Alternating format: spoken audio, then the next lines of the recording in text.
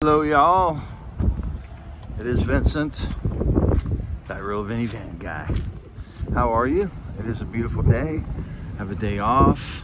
I got back into town, but before I got back, I ended up sleeping in the van at a 24-hour gas station market. They call them QT. They're called Quick Time, I think, or something like that. But I was in this bad boy last night, and thought I'd walk you through a little bit of just what I took. I planned on the beach, so obviously I had a few things that I thought I would need at the beach, but ended up not really needing them. You know, I carry a little back thing behind the seat. It just carries a few things, extra rope. I had a brush, I got some plastic bags and stuff, and just I don't really have an organized situation right now, because it is when I decide to go, I put everything I need in it. But I got my little chair out here because I created sort of a wind block. It's really windy, so if I sit there, you don't get so much wind. I always bring the crate because Rue loves her crate and she feels secure in there. So I bring that, as well as a long cable for her to be on so she can wander around a little bit. And I usually have my collapsible stool so I can reach up on top if I need to. That lays flat so that can actually just go under the bed, and usually at the front, because at the front, you know, as you know, the floor on these things kind of dip down a little bit. I usually put pillows there, but I could put that stool right under the front to kind of lift it a little bit, level it out. And of course my bag and my cooler, which I fill with ice the night before and put whatever I want in it, and it'll last. It'll go 3 days easy, 3-4 days, keeping things cold. Even 5 days, if you just leave the water in there, it'll be cold, and as long as something's not in there that's going to get wet, you know. And this is cool. It's a little arch shade. I usually bring that because it when you're on a beach and you just want to create shade, that's a really good way to do it. It's just like a half dome or something. But you know, the bed is very comfortable and it fits in there perfectly. I got to figure out a way that I can lift things up, and so I can create storage underneath. I don't really want to do a cot situation. I'd rather have a built-in bed, but as you can see, the width of that takes up most of the area. So I'm thinking about getting a roof storage and just doing the no-build situation like this. It is possible that I can, if I found the right kind of storage, or like a little cubby or a dresser that was thin enough, narrow enough that I could fit right on the side there, that would be good. If it went all the way down, I could use a 4-foot, something that was only maybe a foot wide. Could slide right down there against that door, no problems. Anyway, it's very simple. I kept the bar across because it doesn't bother me headwise. I am, like I said, thinking about turning that passenger seat around so it faces this way, so I can sit even with my legs up on the bed. Would be perfect just for doing whatever, and then I can get something that kind of goes across and over me. I could put my laptop on. But I left the bar, the hanging bar there, because really at night it's very cool to just kind of halfway lean up, grab it, you pull yourself up. It's a quick way to get up when you're tired and you just really want to, you know, have a little assist. You wake up suddenly, someone's banging on your door, it's easy to grab that pole, pull yourself up. Because I'm old, you know. No, truth is, also I have these, they're blackout curtains, and my mother, the seamstress that she is, she cut them short so that they fit in the van, and she made these little ties from the excess stuff. So I tie them off to the sides. As you can see, I don't really care for this thing because it's kind of tucked in the edge there, and I'd like it to be up higher, but they work just fine. I don't have a bunch of lights in here to hide, and I don't even have any covers for the windows. So the truth is that the dark tint, really you can't see in it, and if there's light outside at night, you really can't see in it because it just reflects off the black. So I haven't yet done it, but I have a whole roll of Reflectess right there, and that I bring with me because if I get the desire, I will cut out some of the windows here, and I usually put a shade, the front windshield shade, put that up so it kind of blocks in. And then with these, you really can't see anything. And if someone wants to sit there and stare at me at night, watch me sleep, it's windy. If they want to watch me sleep, then there you go. See what I did there? See how that wind is? I bet you it's really loud. I did it once before, and it's not fun. So as far as cutting back the noise, it's not good. So that's my setup right now. That was just for a little quick camping trip, and obviously I'm pretty creative. I could get a lot more stuff in here on that floorboard. Usually I put Rue on the front seat there, so if that front seat was turned around, it's all good.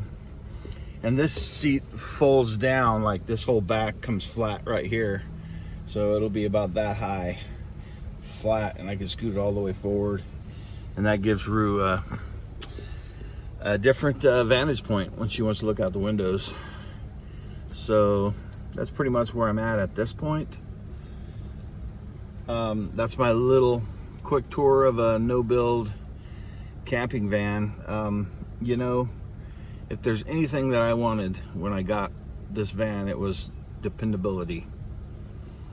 I searched high and low for the right van, and I'm usually really good at finding mechanics or people that have a mechanic that have done all the work, and they've made a used car into something very reliable. You know, they've kept it up, they've done the work, and I usually do really well. This time I looked high and low, Craigslist. I went on Facebook Marketplace, and I found this one on Marketplace. It was at a small mom and pop, just a literally father and son car lot. And they had, when I got there, was a little corner. I drove 4 hours to go get this, but I did my due diligence.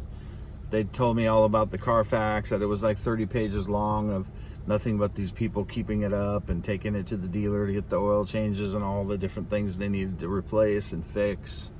And he said it's immaculate. There's not a scratch, not a ding, not a chip. Everything works perfectly, runs like a top. It's perfect. Nothing wrong with it. That's what they said. That's what the ad said. So I was attracted. They said it belonged to a family and or a grandma and grandpa or something, and they treated it one owner, you know. Everything sounded perfect. Well, you know, $7,000 in repairs later.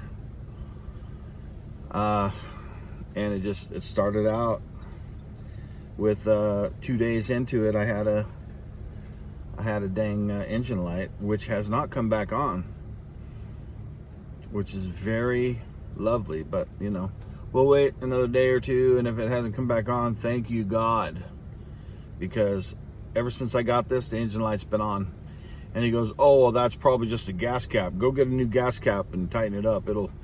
And because I went and had the codes read at a local parts store, had the codes read, and it said it was emissions, so some kind of a small leak in the oxygen sensor or something. And it turns out that he told me, oh well, I got a new cap. I went and got a new cap, then I went and got the Toyota original cap. They said you ought to have the Toyota, so I went and spent $30 on a Toyota cap, which I didn't need. I still have the old one, which is fine. But I got the gas cap, it didn't work, and I called him. This was 2 days after I got it. Keep that in mind. 2 cycles to the computer. Usually 1 cycle and it throws a code to the software, and then the second cycle, like the second day or whatever, it throws a code to the dashboard, and then you get the light. So, and I only found that out because I met somebody that had read up all on Toyotas and had changed out the charcoal canister, which is a vapor canister, which is for controlling vapors and things that get out into the air. Literally the smog system. And if you want to replace a vapor canister and all the little doodads that go with it, it costs you about $1,500, $2,000. So, and I didn't do that. I told him, look, man, you told me there was nothing wrong with this thing. I'm getting steering problems. It was really loose and it would just pull all the way to one side and stick. Turns out it was the axles. So I had the axles replaced. The radiator had a leak. I was told power steering had a leak, but I wish it had a power steering leak, because then it wouldn't have been the timing chain gasket leak. Because when I found the car care nut, he tells me that some people say, oh, the power steering fluid is all oily, so there's a leak.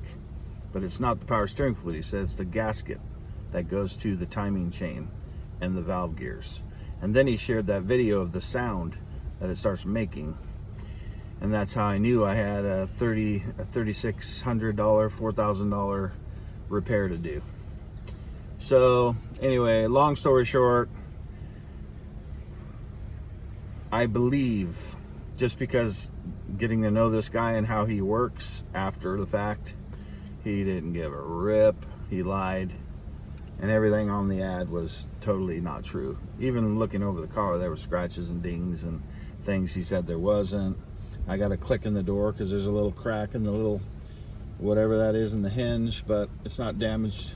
It's just cracked. If it breaks off, it'll be really loose, and then I'll be forced to replace the whole part, which is basically that right here. There's a crack in it, and if you hear it, hear that? Now watch. That click. Yeah, those clicks, that's it. And you can see it kind of moving. But that was doing that at the car lot, and I went, it's all right. No stains in the carpet. Took the chairs out. Just, it wasn't terrible, but you know, normal age. It's a 2008, so whatever. And all the windows work good. The stereo works good. It's an aftermarket, and it's a Pioneer, so it has, you know, some of the bells and whistles. Other than that, it was the engine light I was worried about, and it turns out that it was supposed to be this charcoal canister, which at this point, getting it back from my $4,000 spending spree on the gasket, the timing chain, the tensioners, the valve gears, and all the things that came with doing that job, hasn't come back on. So maybe they undid the battery, but I've done the battery. It's usually, like I said, 2 cycles. That means 2 days of starting it, turning it off, letting it rest, starting it, and then you get the light. I don't have a light. I am thanking God right now, because what is it? It was it's got to have been 4 or 5 days now since I got the car back, and no light. Oh, what a blessing. You know why? Because if I wanted to sell this car, I couldn't sell it without fixing that. And my assumption was it was the vapor canister. Now, that guy ended up sending me a used vapor canister from another year, like a 2012 or something. Same fit. But the piece that was connected to it, the top piece of it, was totally broke. So we had to use separate that and take off the rusty bolt and get it out and fix it up and put on the canister he gave, and then change out the piece from mine to back on it that was broken when he sent it to me. Long story short, we changed that out. I still had a light, and he was saying it's got to be that little piece on top that we didn't replace. And so I never did it, because it doesn't matter for how the car drives. It doesn't affect how it runs. It will just affect if you have to get it smogged.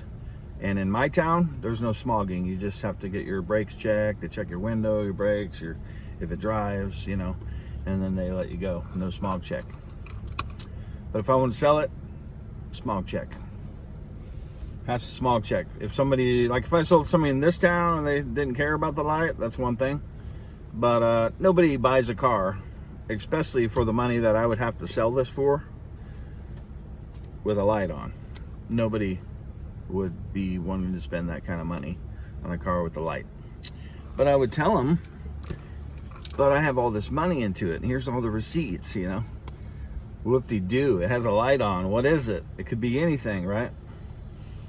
So anyway, that being said, I've gone through, and now, after replacing the axles, the CV axles, and having this other job done, they had to take the whole front axle assembly out.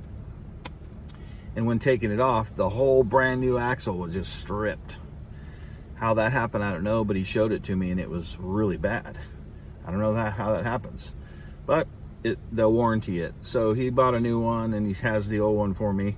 And then he said there was a big cut, like a slash in the boot on the right side. I could feel it now. It's already doing a little clunk. Brand new axles. And those are those cheap axles I told you about. If you're gonna get a lift kit from Journeys, you gotta have the OE axles. At minimum, the remanufactureds. So I think I might run out to Cedar Park Toyota today and pay for those axles. It's a 2-month wait. So the sooner I pay for them and order them and get on the list, the sooner I get them and we can change them out. But tomorrow I'm going to have this one. They're gonna warranty that one. It's got a big slice in it. From what? Who knows? Way too soon for that. So I'm going to go ahead and warranty that. So I got a new one on the driver's side. I'll have a new one on the passenger side. But they're both the $75 cheapy ones that already had an issue with both of them. And it's been 3 or 4 months since I had them done. So people of the earth, people of the Real Vinny Van channel, listen to me when I tell you. When you're buying a car, if you're gonna get a van for van life, or you want to fix it up so you can go traveling and camping in your van, don't cause yourself all the stress and buy just some cheap thing because you want to go out. You're gonna have more headache than you are good times. Trust me, unless you are just the luckiest person on earth and you get one that just you can drive and it runs forever until it just stops and then you throw it out. And some people do that. And there are cars like that. But to guarantee that you're going to find a van that is just good enough to pack up all your stuff. Oh, we got a van. All right, let's go. Pack it all up and leave and not have to do nothing. Just run it into the ground. People say that. I'm going to run it into the ground. I'm just going to drive that thing till the wheels fall off. Yeah, that's a good thought. But just think twice about it, because the chances of you getting something that's just going to go till the wheels fall off, it's going to kill you with 1,000 cuts. That's what's going to happen. It's called death by 1,000 cuts. It's never going to be nothing that you can just go, oh, the wheels fell off, okay, we're done, throw it out, we drove her for 500,000 miles. No, I'm sorry, that is not what's going to happen. What's going to happen is power steering pump's going to go out, then the water pump's going to go out. You're going to need new belts, then you're going to have to get a valve gasket or some kind of thing, and then the axles are going to go bad, and then you got to get the brakes, and then the tires are bald, and then, you know, if you want to fix anything up to make it look cool, more money. And then that one thing that happens that you just go, ah, you know, God forbid anything in the main parts of the engine have, like it did with me, with the valves. The one thing the car care nut says, the one thing I've heard him talk about is he says, if you're out there looking for one of these and you hear that noise, run, turn around and walk away. Don't buy it. That's exactly what he said. Because it's a very expensive fix. You know how much Toyota charges for the job I paid almost $4,000 for? $6,800. That's right. Engine out. You can buy a brand new engine. No, you can't. You can buy a new engine that's used with 100,000 miles on it for $3,000 to $6,000. But what's to guarantee that bad boy has good chains and good valves and gaskets and everything? It's a used thing. They run it, they test it. Okay, it's good. Well, mine was tested too.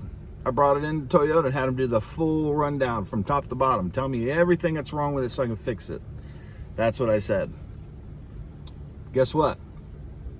They did not tell me it had anything wrong with the valve gears or the timing chain. It's one of those things you can't tell. You don't know until it happens. So that's why if you hear the little for about that long when you start it up, like ask the people, when was it started last? Because it's usually in the morning before it started. It's been resting. It settles in. You start it and that rattle, chain, metallic kind of hitting the side of the thing happens for about 2 to 3 seconds, maybe longer, depends. You hear that noise? Don't buy it. But see, I had already bought the car and it wasn't doing that every time I started it. Plus, I wasn't looking for it, so who knows if it was or if it wasn't, right? Oh my gosh! Like I said, 1,000 cuts, baby. 1,000 of them. So I thought everything was good, and I had put the lift and the tires and the axles and the radiator and done all the stuff. It was fantastic. I thought, here we go. My van's gonna be more cherry. More cherry. Every time I get something done, more cherry. And then, geesh, a rock hits my windshield. All the way across my line of sight. And I'm dealing with it. You wanna know why? That right there. This is a cable that goes into the system and it does a whole readout of the, like it's 86 degrees out there right now. I'm headed east. So if I want the stuff to function in here, I got to replace it with an OE windshield, a real one with that little sensor so I could plug back in. Guess what? Mucho dinero. It's a money pit, but thank you, Lord Jesus. The car's running fantastic. I just took it out. Way out in the country, it was going 90. It's so smooth, it's great. There's a couple things I didn't tighten down, like something on the undercarriage, the covers, there's a bolt missing, they didn't tighten it. So I got to get a bolt and tighten it and do the rest of the $4,000 job that they didn't finish. My wheel wells are kind of hanging there, rubbing on the tire. I got to tighten those up. So, just like I said, you hear the noise, walk away. Don't get one of those. Do find the Car Care Net on YouTube. Really cool guy, really explanatory, very clear in what he's talking about. Find your year and what it tends to do wrong that you need to fix or look out for. So this is apparently turning into a little series. Slight tour of my no build and a little talk about mechanics. It does run fantastically. Like right now, I'm very pleased with what I got. And you know what? I don't mind a little patina, little ding, little scratch. That's okay. Crack in the windshield. It looks like I used the thing and it's great. So now that I've done all that, I'm really thinking that I would like to get some help with putting in the max fan in the back.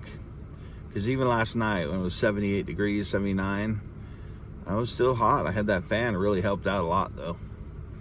And then I had a big jug of water that was in the ice I took out and put it against my skin to stay cool. And then eventually I just got up and turned on the air conditioning. And I was behind this QT market and there's Coke trucks and, you know, the big rigs coming behind, and I was parked back there in the back behind the store. No one bothered me at all. So it was cool, but I'm thinking about cutting that hole in the roof now. And before putting it on, I'm gonna black out all the white on it. So it'll be a blacked out fan. If you wanna watch Dave 2.0 is now Dave on the Go. Go subscribe to Dave on the Go. He's cool. He does cool little videos. And it's not all the time because he works a full-time job. He talked about how he saves money and what he does and why he lives in his van. But his van's where I want my van to be. He's got the lift, he's got the same tires, he's got the storage unit on the top, he's got the swing away tow hitch thing on the back with a box for storage. He's got a shower and a solar panel, but his inside has the sliding couch that slides into a couch into a bed. And he's got the side thing, he's got all the electricity and the solar batteries and everything hooked up. That thing is sweet. And mine's just not that. And he's had help with his, so I get it. If I had help, I'd be doing it too. So before I go, the last thing I want to talk about is my buddy Wes Tankersley. He's got a podcast called why do I always forget? I'm sorry, Wes. It's something success. Just look up Wes Tankersley if you're interested. He does a cool little thing on being successful and consistency and a lot of the stuff you see like Gary Vee do, but he's on the low what do you call it, laid back tip. He's a little laid back, and he's gotten some cool people on his show, professional baseball players, business people. It's pretty cool. Anyway, he's a good friend of mine. I met him in Boise. He's encouraging me to do a podcast. And, he's just been there for me when I didn't have anybody to talk to. Homie talks. I appreciate you, Wes. Thanks so much for being there, dude. He's trying to get me to fly out there for 3 days and just hang out on a weekend. But I'm like, dude, you know what's going to happen if I do that? I'm just going to go. I just want to get out of here. And anyway, thanks, Wes. And on that note, I wanted to just say that, if you have any questions about van life, about just going, about relocating, and that's where I'm at. I'm like, I need a job. I need work. I need to pay my basics. Like Dave 2.0, Dave on the Go. Now he renamed his thing because there was another guy that was called Dave 2D or something, and everyone was mixing them up. But he works a full-time job. At least he works a job, and he makes good money, and he fixes his van up, and he lives in that area and saves a lot of money, pays off bills. I respect that, and I don't mind working. I love what I do. It's just, that it's time to vacate the premises when you got days off. And I have things I could do, but I'll just sit and stare into space and feel like, man, I'm only here because of the money. That's not happiness. That's not joy. That's not contentment. If I work more than the 4 days schedule, and lately I've been working 3 day schedule. If I worked a normal 5 day schedule, even just a hard working man schedule, do that 6 days a week and just have that 1 day, and I've done it, man, I would make $150,000 a year. As it is, I do very close to 6 figures working 3 days a week. So, and I'm not bragging. What I'm saying is that I make good money, and I'm sitting here in a dang field looking at the water where I usually go. And I just can't get motivated. And I look back at the time in August, it was August 8th of 2019 that I packed the whole shop up, the one I had before, had loaded everything in a U-Haul. I said my goodbyes. I went in there and took a couple pictures of myself with a sad face.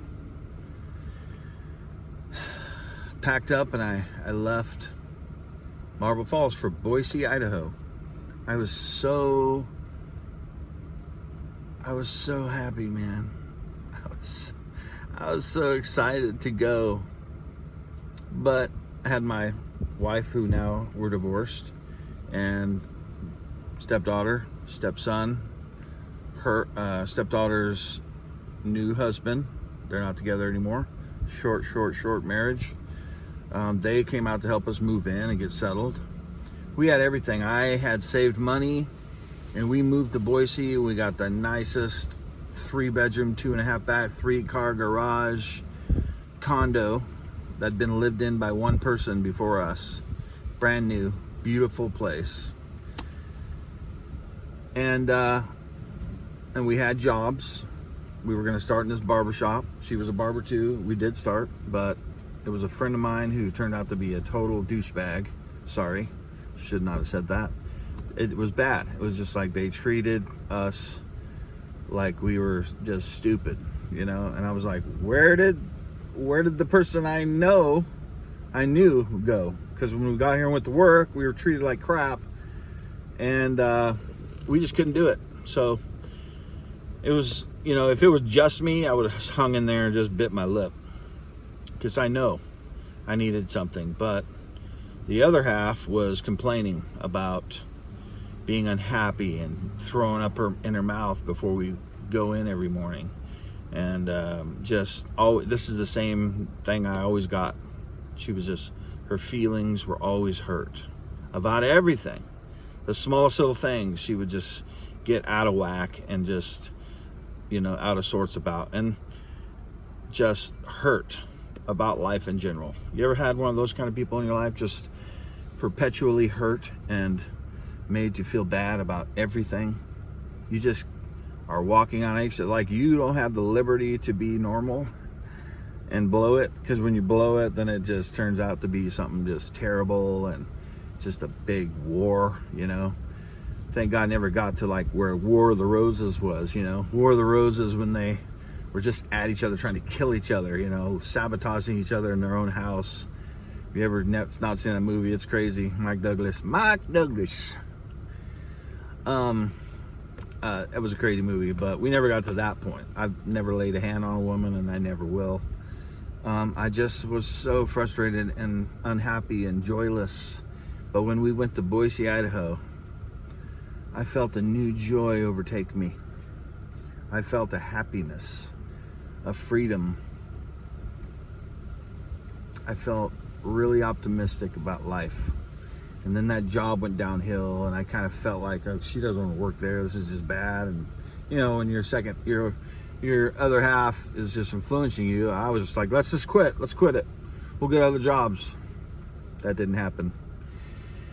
We quit, and nobody would hire us. There was really no jobs. The barber scene there was nowhere near what it is here in Marble Falls. This little town totally outdid all of Boise. Of course, there was a lot more barbershops, but there were so many people that wouldn't even matter normally in any situation. It was a bad place for business for me. And then, since I couldn't find a job, I jumped into that barbershop. I rented a spot. I paid, barely got in there. My mom co-signed. It was a mess when we didn't make it after 6 months. It just wasn't paying the bills. She was working at a Sport Clips and got fired because they found out about my shop, which she wasn't even working at. So conflict of interest. What a wonderful place to work in the hair business. I'm being facetious. It's not true. It wasn't wonderful at all. It was very stressful. And at the end of 6 months, I said, we got to raise some money and go back home. And that's when all the crap hit the fan. And so I say all that to share that, you know, you can tell when it's time to go in a place. And if money is all you're doing it for, because literally, I do nothing. My days off are spent, I mean, if I've got the energy and the brain power to go somewhere, I mean, where are you going to go? It's Texas. It's like so big. It takes you a day to get to another state, you know? So I got to take 2 weeks off just to go anywhere. That's anywhere I want to go. Like out of state. I can go to Colorado, New Mexico. I can go to Boise if I had a couple weeks. It's a few days drive, 2.5. It's a nice drive, beautiful. So literally almost a whole week of driving, but a whole week of being able to visit and run around. A week's a long time in a place you don't live to just be running around with nothing to do except see people and go eat and look at the water and do the same thing you do right here in your own town, right? But you know when it's time. And I even questioned whether to come back here, but I had no choice. I had no money. I left Boise alone. The other half had bailed with the kids and the dog. Ended up giving me the dog back because she couldn't take it. And I find myself in a very lonesome, and I'm a guy, I'm a man. You know, I'm not a wimpy man, but I am definitely found my emotional side in all this. I'm a very thoughtful person. I'm a lover. I want to love and be loved. But, you know, I'm like any man. If you're gonna just meet me with a slap in the face every day, I'm going to want to strangle you. I'm not gonna do it, but I'm gonna feel like, God, what am I doing here? You know, how did I get in this place? So all that to say, figure out what you're gonna do, have a plan. Do not buy a cheap car that has a bunch of problems. You'll leave unless you got a lot of money to fix things. You're gonna be putting a lot of band-aids, covering those little cuts all over your body. It's just a figure of speech, but you know, the car will fall apart. You'll have to fix it. So leave with a great vehicle. Don't mess with some crap. And if you're moving to move and just get a new job in a new place, which is what I'm thinking, you know, after a little while on the road, I would love to build the YouTube to where I can just do what I want to do, even if it is settle in a place that I want to be at. I want to build it so I can do that and not have to be a barber in a place that just won't support me, you know? So just do it right, make good choices, you know, and trust yourself, but look at your experiences and look at other people's experiences and look at economies. Do your work, have that car tested, go and check out these places before you go, you know, do your research. And that's the kind of van lifer I will be. I need to know where I'm going. I'm not just going to go and do the same exact thing that I'm doing here in this town on my days off, which is just go look at the water and talk to the camera. I want to talk to the camera, but I want to be doing it in a better situation where I am on purpose in another place, and however long that lasts, phenomenal. I do believe that my car will run fantastic and it'll be very reliable now that I've done all these things to it. And then the next thing is, where am I going to be?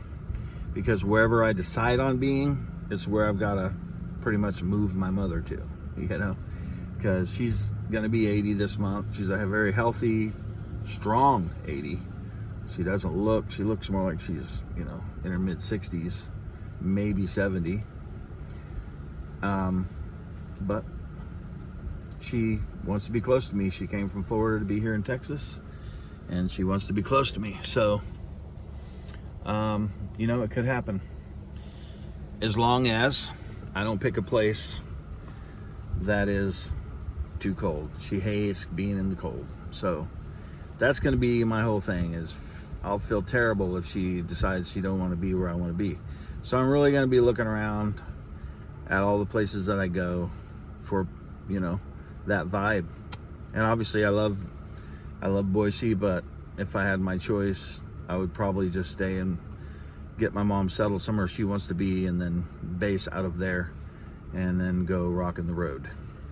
So that's my story. I'm sticking to it. It's your boy Vinny Van, that real Vinny Van guy. I talked for far too long. It's going to be a 40-minute video. If you've made it through this, you are a champion. And I love you. Anyhow, y'all take care of yourself. Be good to one another. Tell those people you love them, and we'll see you on the next one. Bye-bye.